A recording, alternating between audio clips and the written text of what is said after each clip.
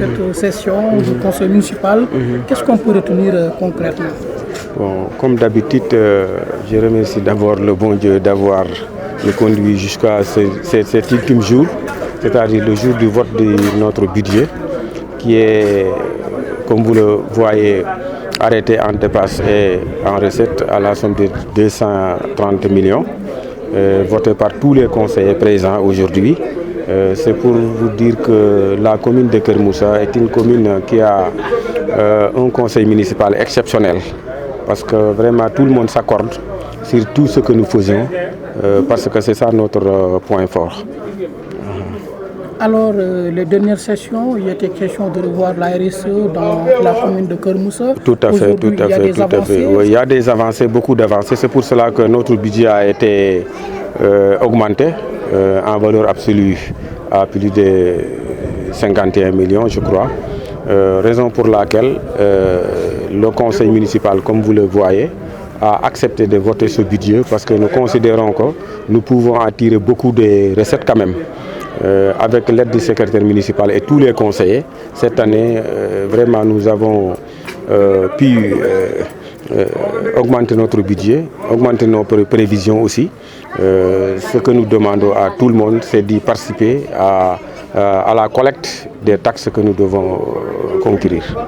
Alors, vous commencez à accepter la communalisation intégrale avec l'élargissement de l'assiette fiscale de la commune, qui est souvent basée à 50% d'après ce conseil, des panneaux publicitaires. Oui, c'est pour cela que cette année, on les a considérés comme des ressources que nous devons, additionnelles que nous devons aller recueillir. Et c'est ça que la commission a attelé, c'est ça que la commission aussi a travaillé pour l'élaboration de ce budget. Alors, vous êtes le haut conseil territorial ici, député territorial, mais vous êtes le maire aussi. Vous avez procédé à l'installation d'un conseiller du nom de Cheikh Tidiane Seck, un mot? Oui, Cheikh Tidiane Seck, qui est un fils du terroir, qui faisait partie de nos conseillers qui étaient dans la liste d'attente, qui a remplacé aujourd'hui un de nos regrettés conseillers, que nous ne voulons même pas citer le nom. Pourquoi? Parce que c'est très difficile pour nous. Car il était parmi nous un des meilleurs conseillers. Aujourd'hui, il est arraché à notre affection. Nous prions pour Dieu de l'accueillir dans son paradis. Maintenant, on a procédé, comme l'a dit, le stipule la loi, à son remplacement par le jeune Cheikh Ahmed Tidiane Seck. Après aussi, nous avons procédé à l'élection du premier adjoint au maire, à la personne de notre sœur Fatou Ndiaye, à qui nous souhaitons bonne continuation, et puis on va l'aider aussi. Oui. Monsieur le maire, mais aussi on peut dire que le conseil municipal de Keur Moussa compte plus de 23 femmes sur 56, donc la parité est respectée. Oui, c'est pour cela que la parité, je pense qu'aujourd'hui les femmes, ce qui leur restait, c'est d'avoir le poste de premier adjoint aujourd'hui. Le poste leur revient, donc bon, il ne leur reste que de travailler. Parce que c'est la parité qui est intégrale, qui est respectée quand même.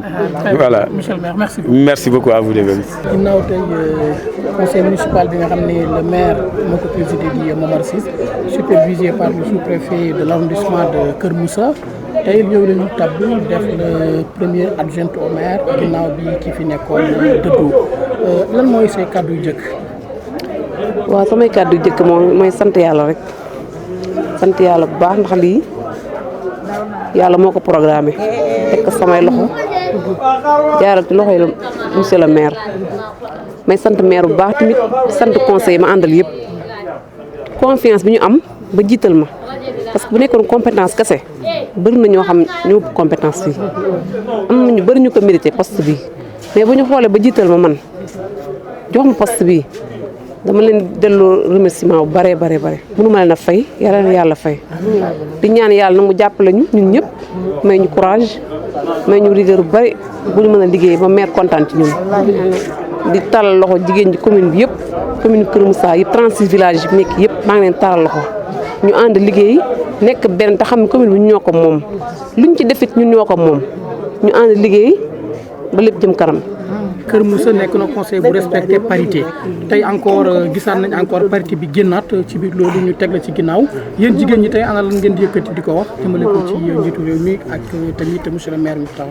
waaw kontaan bu baax rek ci monsieur le président de la république jaaral suñu maire parce que loolu yëpp ñoom la jigéen ñi tey buñ taxawee ba am lu ñuy wax ñoom la ñu koy delloo njukkal bu baax di ko wan ni ko di ko xamal sax ni ko lii muy jox dina dem ba ñu xamuñu dina dem ba maire ne xamuñu woon jigéen ñi li ndekay mën nañ lii loolu la ñuy ñaan suñu cër nag ñu doog a ñëw dinañ ko doxal bu mat sëkk ba ñëpp xam ni fu jigéen góor taxaw jigéen mën na faa taxaw instant bi ci Sénégal. effectivement donc ku ñuy wax Cheikh Tidiane Seck moo war a ñëw ci liste proportionnelle pour remplacer Samba Diagne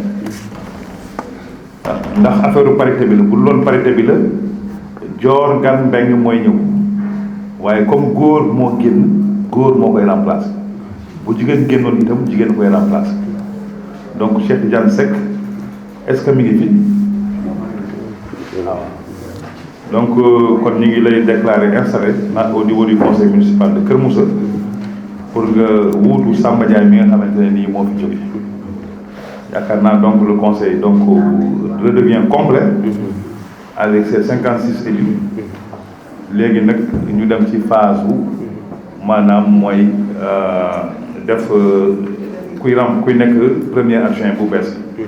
ñu ngi delluwaat di remercier ñëpp ci li nga xam ne def nañu ko voté massivement pour la candidature de madame Fatou Ndiaye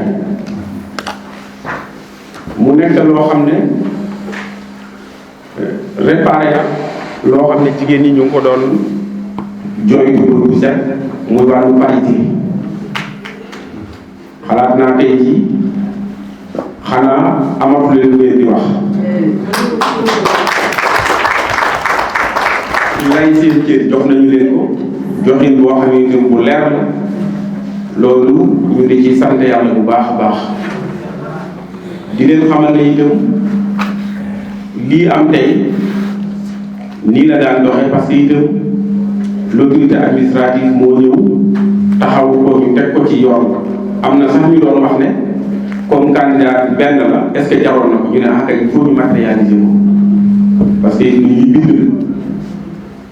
loolu dañu leen ciy sant tous les conseils ñu leen ciy sant bu baax ci consensus bi nga xam ne am nañu ko déggoo ci dañu fab kenn ci suñu biir tabba ko tey mu nekk premier adjoint waaw mu nekk koo xam ne itam il faut que ñun ñëpp ñu bokk pour jàppale ko parce que il ne suffit pas que rek nit ki nga ne jiital nga ko rek nga bàyyi wala jiital nga ko di ko pakastal te yaakaar naa ne jigéen ñi fi nekk am naa yaakaar ak xalaat bu rëy ne daañu la accompagner daañu la jàppale Fatou aussi nga jàppale ko ne ab sas la boo xamante ne moom lañu teg ci sa bopp parce que bu ma juumulee 56 conseillers au moins y a 23 yoo xam ne ay jigéen lañu wala 28 yoo xam ne ay jigéen lañu ñëpp bu ñu nangoo tey pap la jiital la cela veut dire que ñoom xamal nañu seen bopp nañ cër bi ñoom ñëpp ñoom ñoo ko moom.